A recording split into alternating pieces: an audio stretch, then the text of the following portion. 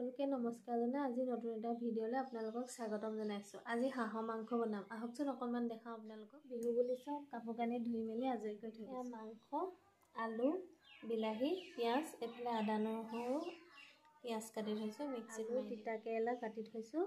তিতা কেৰেলা তাকৰ হৈ আছে, আকৌ বাৰীত দুটামান বিচাৰি চাওঁগৈ। তিতা কেৰেলা আমাৰ কেৰেলা বাৰীত এইকেইটা আমাৰ অকণমানি কেৰেলা।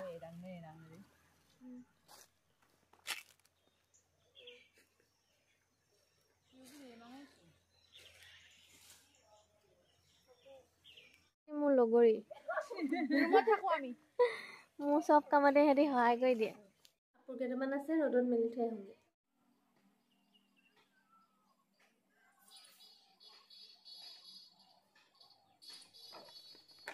কাপোৰ ৰ'দত মেলি থৈ আহিলোঁগৈ। এতিয়া আকৌ কেক এটা বনাম বুলি কেক বনাবলৈ অল টাইম কেক মিক্স এইটো লওঁ পেকেটটো। তাৰপিছত গাখীৰৰ লগত ইয়াতে সানিম আৰু তেল দিম।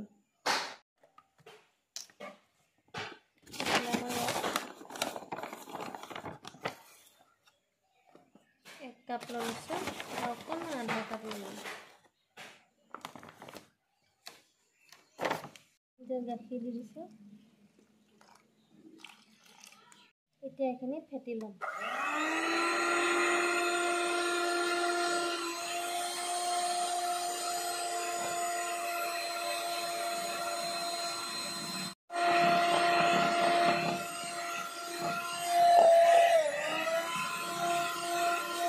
তেল দি দিলোঁ। এতিয়া অকণমান আকৌ ফেটি লওঁ। ইয়াতে অকণমান তেল লগাই কেকটো ইয়াতে দি দিম।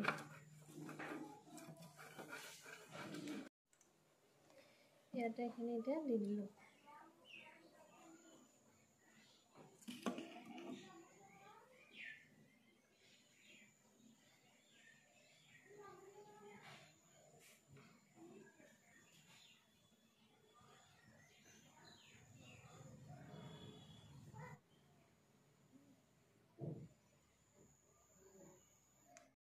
এইফালে মই কেকটো দি থৈছোঁ। মোৰ অভেন নাই কাৰণে মই ৰাইচ কুকাৰতে বনাওঁ কেক। এইফালে মই কেৰাহী পাতি দিছোঁ মাংস বনাবলৈ। তেল দি দিছোঁ, পিঁয়াজ দি দিছোঁ,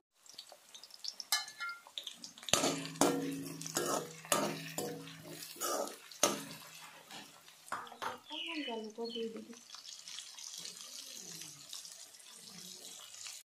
এইটো আদা নহৰু পেষ্ট বনাই থোৱা আছে, এতিয়া অকণমান ইয়াতে দি দিওঁ। গোটেইখন নিদিওঁ, অকণ পাছত আকৌ অকণমান দিম।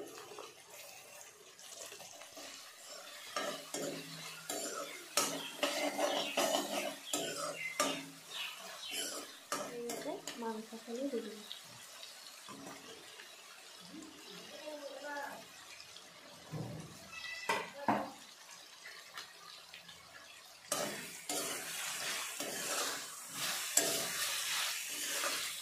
যিহেতু আমাৰ মানুহ তাকৰ সেইকাৰণে মাংস মই অকণমান বনাইছোঁ।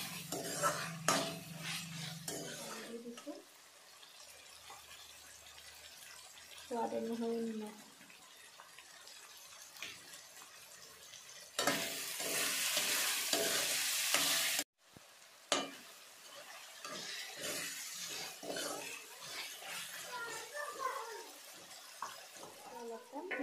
ঢাকনটো দি থৈ দিম। হাঁহৰ মাংস বনাই আছোঁ। এফালে মোৰ কেকটো হৈ আছে, এফালে হৈ আছে,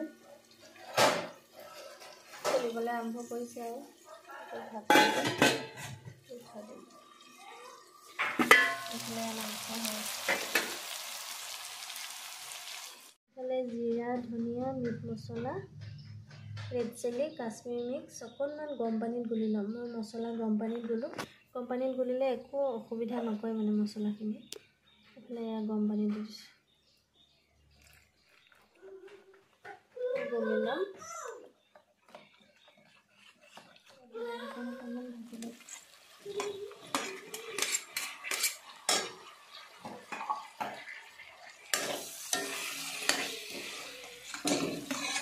আলু দি দিছোঁ।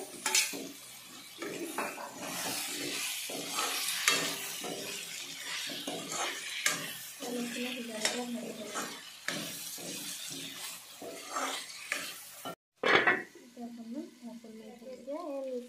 মছলাখিনি মই দি দিম।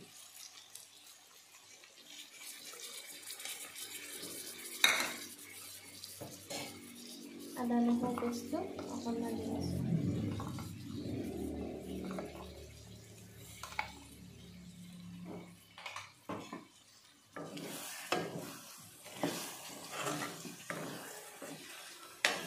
এইফালে হাঁহৰ মাংস উতলি আছে, এইফালে তিতা কেৰেলা আৰু আলু ভাজি আছে।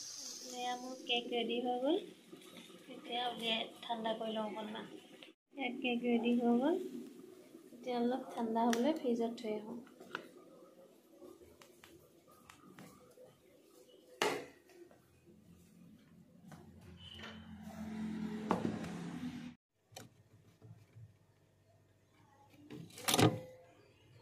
হাঁহৰ মাংস ৰেডি হৈ গ'ল। এতিয়া ধনিয়াকণ দি নমাই থৈ দিম।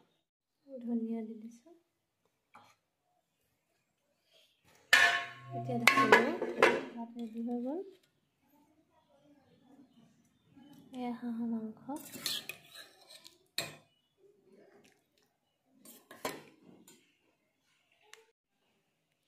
এয়া মাংস, এয়া কেৰেলা আলু, বুট কেইটামান আছিলে তাকো দি দিলোঁ। এয়া বেঙেনা ফ্ৰাই, এয়া ভাত ৰেডি হৈ গ'ল। মাংস ৰেডি হৈ গ'ল। এতিয়া ধুনীয়াকৈ ভাতৰ লগত পৰিৱেশন কৰোঁ। এতিয়া ফ্ৰিজত থৈ দিছোঁ, গধূলিকৈ আইচিং কৰিম। মোৰ হাঁহৰ মাংস ভাত ৰেডি হৈ গ'ল। এতিয়া ভাত খাই লওঁ। আজিলৈ ভিডিঅ'টো ইমানতে সামৰণি মাৰিছোঁ। যদি ভিডিঅ'টো ভাল পালে লাইক, কমেণ্ট, শ্বেয়াৰ আৰু ছাবস্ক্ৰাইব কৰি দিব। আজিলৈ আহিছোঁ। কাইলৈ নতুন এটা ভিডিঅ' লৈ আকৌ লগ পাম।